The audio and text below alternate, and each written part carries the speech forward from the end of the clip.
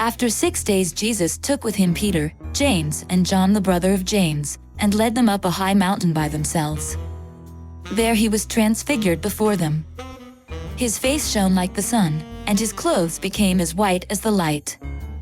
Just then there appeared before them Moses and Elijah, talking with Jesus. Peter said to Jesus, "Lord, it is good for us to be here. If you wish, I will put up 3 shelters, one for you, one for Moses, and one for Elijah." While he was still speaking, a bright cloud covered them, and a voice from the cloud said, "This is my son, whom I love, with him I am well pleased. Listen to him." When the disciples heard this, they fell face down to the ground, terrified. But Jesus came and touched them. "Get up," he said. "Don't be afraid." When they looked up, they saw no one except Jesus. As they were coming down the mountain, Jesus instructed them, "Don't tell anyone what you have seen, until the Son of Man has been raised from the dead." The disciples asked him, "Why then do the teachers of the law say that Elijah must come first?"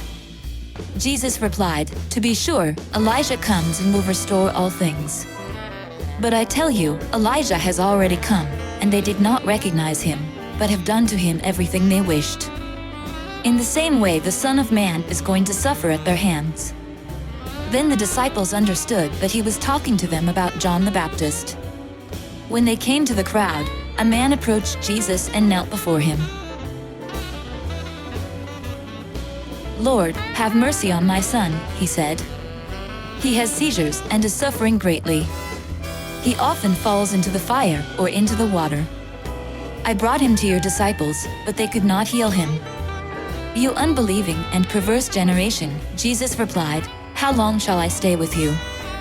How long shall I put up with you? Bring the boy here to me." Jesus rebuked the demon, and it came out of the boy, and he was healed at that moment. Then the disciples came to Jesus in private and asked, "Why couldn't we drive it out?" He replied, "Because you have so little faith.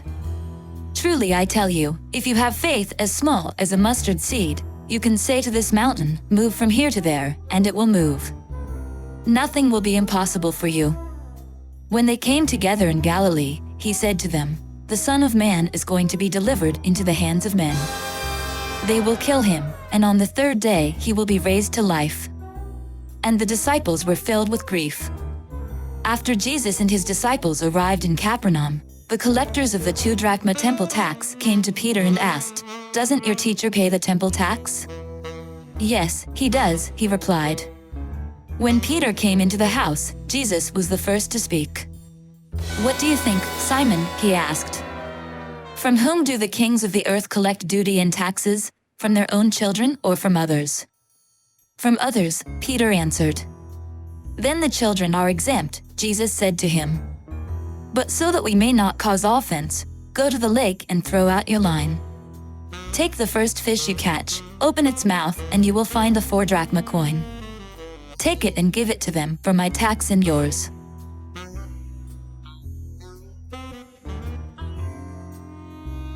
Come follow me, and I'll make you a fisher of men.